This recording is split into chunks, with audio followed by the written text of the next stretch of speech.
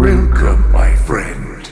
In 2017, Star Wars Battlefront II launched with enormous expectations and even greater controversy. The outcry over the loot box-driven progression system nearly burned the game's reputation to the ground. But through relentless updates, passionate developers, and years of fan support, Battlefront II evolved into one of the most beloved Star Wars multiplayer experiences of the modern era. But just as it was approaching greatness, it was abandoned. This is the story of why Star Wars Battlefront III still needs to happen, why fans feel betrayed, and what a worthy sequel could and should look like. At launch, Battlefront II was everything fans didn't want. Pay-to-win mechanics, locked heroes, and a grindy, unrewarding experience. But over time, EA and DICE listened. They overhauled the entire progression system. They released a steady stream of free content that included the Clone Wars era, finally realized with maps like Geonosis and heroes like Obi-Wan Kenobi, Anakin Skywalker, General Grievous, and Count Dooku. Capital Supremacy, massive objective-based battles that brought scale and immersion to new levels. Online co-op missions, offline instant action, new appearances, and more. By 2019 and 2020,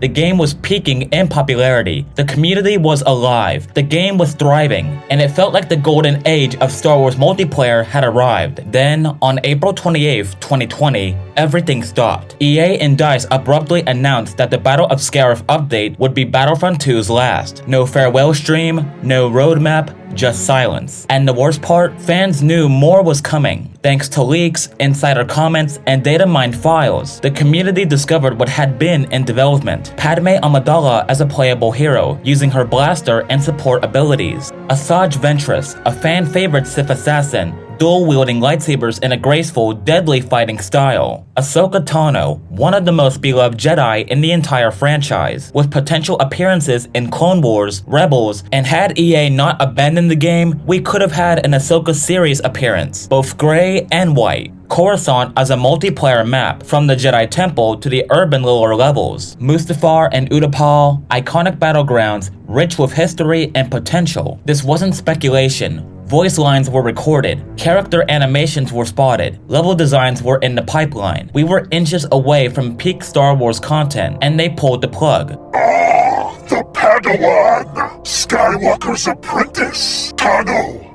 So it is to be a rematch then? Your master is not here to save you now! Senator Amidala, I presume.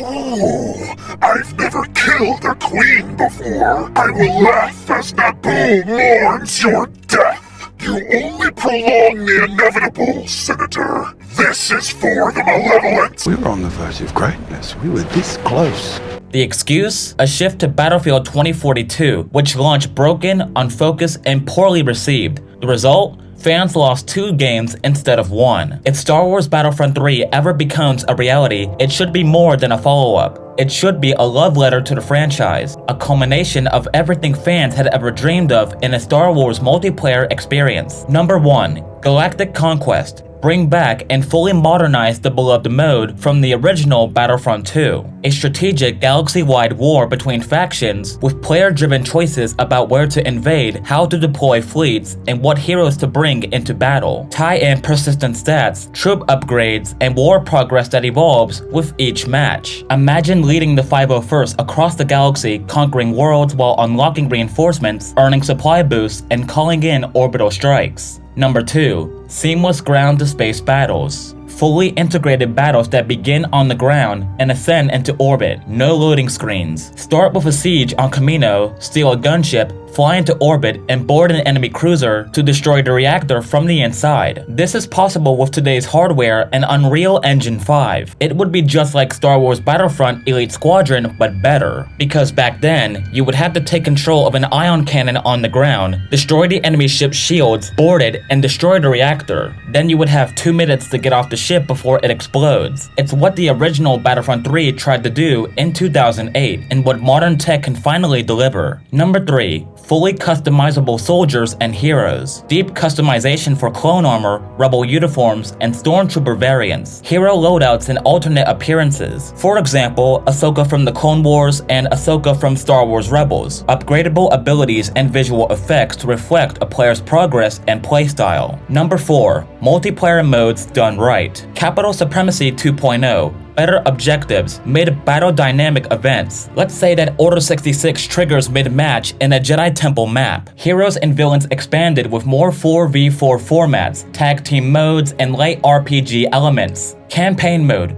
a full cinematic campaign featuring a new cast and legacy characters, maybe even multi-era chapters. Or better yet, we can revive the X1 and X2 storyline from the old Star Wars Battlefront Elite Squadron. Number 5. All Eras, All Fronts, Clone Wars, Galactic Civil War, New Republic vs. Imperial Remnant, and Mandoverse content like Din Djarin, Moff Gideon, Bo-Katan, Thrawn, you name it. Locations from The Mandalorian, Ahsoka, Andor, and The Bad Batch. Inclusion of Legends content as special event DLCs like Starkiller or Revan. Even 5 years after its final update, Battlefront II still has a passionate, vocal community. Modders continue to add new heroes, maps, and quality of life improvements. YouTubers showcase what-if scenarios featuring Ahsoka and Ventress. Fan trailers for Battlefront II gain hundreds of thousands of views. There are millions of players who would return in a heartbeat if Battlefront III was announced. Many of them were kids when Battlefront II came out. Now they're adults, ready to spend, ready to play, and ready to celebrate the franchise they grew up with, myself included. EA and Lucasfilm Games. If you're listening, you owe it to the community to revisit Battlefront 3. The groundwork has already been laid. The demand is real. The potential is unlimited. You've seen what Respawn did with Jedi Fallen Order and Survivor. You've seen the success of games that respect their audience and their source material. Now do the same for Battlefront. Don't let this franchise fade into memory. Don't let the last great multiplayer Star Wars experience go unfinished. We were wronged when Battlefront 2 was abandoned, but the dream isn't dead. We still believe, we still play, and we're still waiting. Let's make Star Wars Battlefront 3 happen. Everyone keep spreading hashtag Make Battlefront 3 until they get the message. I know we'll get there. If we could demand that Sonic's live action appearance to be changed, we can demand Battlefront 3 if we're loud enough. Please drop a like on this video and subscribe to the channel for more videos in the future. Share the video around to spread the word. Follow me on social media and check out my film channel, Pulley Productions, where I produce independent short films. Have a great day, and may the Force be with you, and keep playing. They can't ignore us forever.